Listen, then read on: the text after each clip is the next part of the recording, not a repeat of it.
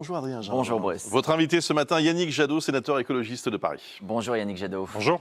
On va parler dans un instant de la direction que doit prendre le pays. Il y a beaucoup de choses à dire. D'abord, un petit mot du calendrier. Hier soir, Emmanuel Macron a promis un Premier ministre dans les tout prochains jours, ou plutôt lundi d'après nos informations. La chef de votre parti d'ailleurs hier disait qu'il ne faut pas se précipiter. C'est le bon calendrier ça ? Il faut que ça aille vite. Il ne fallait pas se précipiter en quelques heures à son retour d'Arabie Saoudite. Maintenant, il faut aller vite. Il y a une forte angoisse des Françaises et des Français qui voient une forme de chaos politique s'installer. Donc, il faut un gouvernement. Il faut évidemment très vite, comme on dit, passer la loi spéciale sur le budget pour être sûr que tout fonctionne Ça veut dire qu'il convenablement. faut la voter, que tout le Parlement, Bien toute sûr, formation politique la vote, y compris les écolos en l'occurrence. Bien sûr, il faut la voter.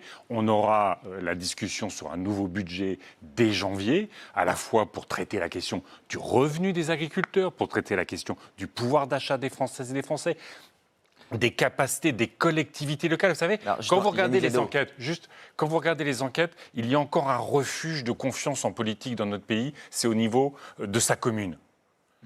Confiance dans le maire et confiance dans sa capacité à fournir des services publics de proximité. Vous m'accorderiez, Yannick c'est ce que Jadot, nous défendons. que pour tout ça, il va quand même falloir qu'on passe par la case gouvernement. Absolument. Il y a des consultations. Le président de la République, notamment aujourd'hui, va recevoir les dirigeants socialistes, pas les écologistes. Qu'est-ce que ça vous inspire ? Écoutez, ça ne nous a pas échappé que le président de la République ne s'occupait plus ni du climat, ni des pollutions, ni de la santé, ni de la biodiversité. Voilà, son mépris pour ces questions-là aujourd'hui sont à la mesure, j'allais presque dire, du chaos politique dans lequel nous sommes. C'est-à-dire que les sujets essentiels, ils passent à côté. Mais ça veut dire qu'il n'y a rien à faire, il n'y a rien à discuter avec lui. Mais pourtant, si, quelle est la responsabilité du président de la République aujourd'hui ? Ça n'est pas de fixer le cap politique. C'est à l'Assemblée nationale que ça doit se décider. Il doit nommer un Premier ministre. Et effectivement, ce que nous portons tous ces derniers jours, nous écologistes, c'est de dire il y a 3 blocs à l'Assemblée. Il y en a un qui est un peu en tête, c'est celui du Nouveau Front Populaire, mais il y a 3 blocs. Et la démarche du président de la République, d'ailleurs il l'a rappelé quasi ouvertement hier, c'est de dire mon bloc central, je fais l'alliance avec le RN.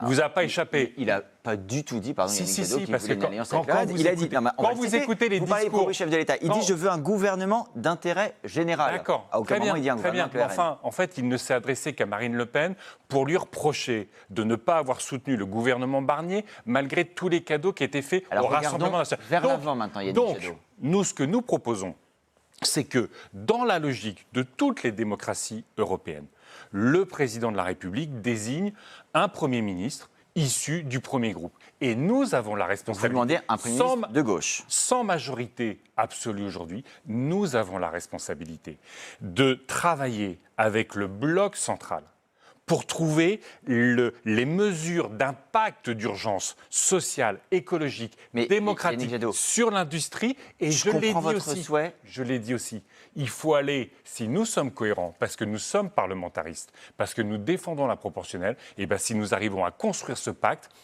moi, je n'exclus pas qu'il y ait des ministres du bloc central dans ce gouvernement. Alors, ça, c'est la configuration. Il y a un Premier ministre de gauche et des ministres du bloc central. On entend votre proposition. Prenons le problème à l'inverse. On voit bien que les noms qui circulent ces derniers jours dans l'entourage du chef de l'État, ce sont des macronistes. Sébastien Lecornu, l'actuel ministre des Armées, François Bayrou, le président du MoDem. Si c'est cette configuration-là, un Premier ministre proche d'Emmanuel Macron, est-ce que la gauche a sa place au gouvernement ? Est-ce que vous souhaitez qu'il y ait des ministres ? Ou est-ce qu'on sera en mode...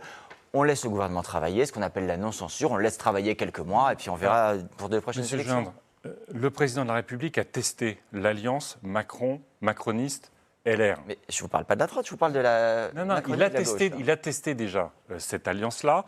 Ils ont été obligés de dériver vers l'extrême droite pour éviter la censure. Il peut recommencer en pensant que ça marchera mieux.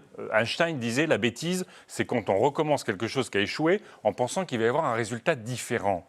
Vous êtes certain que les socialistes n'iront pas, vous ? Non. Vous en avez là. C'est quand même ça le pari du président, on l'a tous compris maintenant. Si le président nomme Monsieur Lecornu pour dire au fond, je nomme mon ordonnance, donc quelqu'un sur qui j'ai totalement la main, qui a beaucoup de proximité aussi avec l'extrême droite, et ben ce sera la dérive de son quinquennat. Donc c'est veto pour élu. Vous, Lecornu comme Bayrou ? Mais moi, je ne vais pas jouer tous les scénarios c'est pas un jeu, possibles. Non, mais tous les scénarios possibles. Le combat que nous menons aujourd'hui, il ne vous a pas échappé que depuis des jours et des jours, nous disons, nous ouvrons, nous tendons la main au bloc central pour dire que le vote du 7 juillet, ça a été un vote contre l'extrême droite, très largement. Et donc, si on veut avoir une majorité absolue à l'Assemblée, si on veut un accord de non-censure, c'est évidemment d'abord la gauche et les écologistes avec le bloc central. C'est ça qu'on... Prenons un exemple, parce que moi, je comprends l'intention, mais il y a vraiment un point. Mais il n'y a que ça, en fait. Oui, enfin, très bien, mais après, pour quelle politique?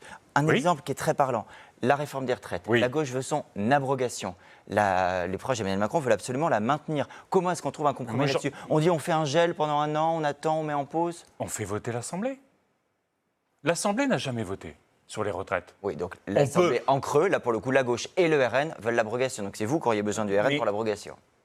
Non, mais à un moment donné, la question c'est comment on remet cette mesure. Je ne sais pas si vous avez un autre exemple. Moi, dans l'histoire politique récente, je ne connais pas une réforme aussi détestée par une immense majorité des Français qui a pourtant été adoptée. Ça, on crée les conditions d'un échec d'une discussion avec les macronistes. Mais le socle, moi je ne crois pas à un gouvernement de coalition au sens où nous aurions un programme de mandature. Mais il n'y aura pas de nouvelle élection à l'Assemblée. Donc il nous faut un socle de mesures sur le revenu des paysans sans sacrifier la biodiversité et la santé, sur l'adaptation des règlements climatiques, sur le pouvoir d'achat, sur l'industrie. Et si on a ce socle, on gouverne jusqu'aux prochaines élections. Les paysans, vous en parlez, les agriculteurs en l'occurrence, ils s'inquiètent du Mercosur. La présidente de la Commission européenne est arrivée en Uruguay parce qu'elle veut conclure cet accord de libre-échange entre l'Union européenne et certains pays d'Amérique du Sud. Le chef de l'État redit c'est inacceptable. On va vraiment réussir à le bloquer? On fait tout. Vous savez, moi j'ai initié une lettre. Plus de 600 parlementaires français ont écrit à Ursula von der Leyen pour dire notre opposition quasi unanime sur le champ politique français. Cet accord du Mercosur, c'est la destruction de l'Amazonie. Donc c'est le dérèglement climatique. C'est la destruction, la disparition des paysans chez nous. On le dit, la question c'est comment on le fait pour le bloquer. C'est la santé.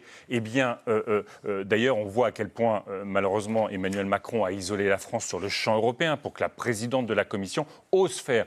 Heureusement, les mouvements de la société civile ont mobilisé en Pologne. La Pologne est contre. Ils sont en train de mobiliser en Italie. L'Italie va peut-être être contre et a priori est en train de basculer dans le camp du non. Aux Pays-Bas et peut-être en Irlande avec le nouveau gouvernement. C'est-à-dire que la société civile est en train de réussir une minorité de blocage pour éviter cet accord détestable pour nos paysans, notre santé, notre climat et tout le reste. Merci Yannick Jadot. Vous avez vu la ligne du Parisien ce matin?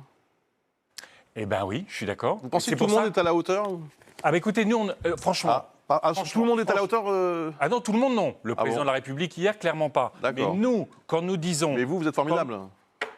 Pas mal, on est pas mal. Ah ben voilà, écoutez... Mais attendez, franchement, non mais c'est intéressant. Quand nous proposons de sortir de notre zone de confort, de faire...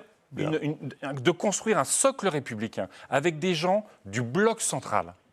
Eh bien, écoutez, je pense que nous sommes à hauteur de la responsabilité. Nous sortons, nous entrons dans une zone de difficulté, d'inconfort, de frustration. Mais pour rassurer et protéger les Français, c'était d'un mot. Merci beaucoup, Yannick Jadot. Merci. À vous m'avez relancé. C'est vrai, absolument. Merci.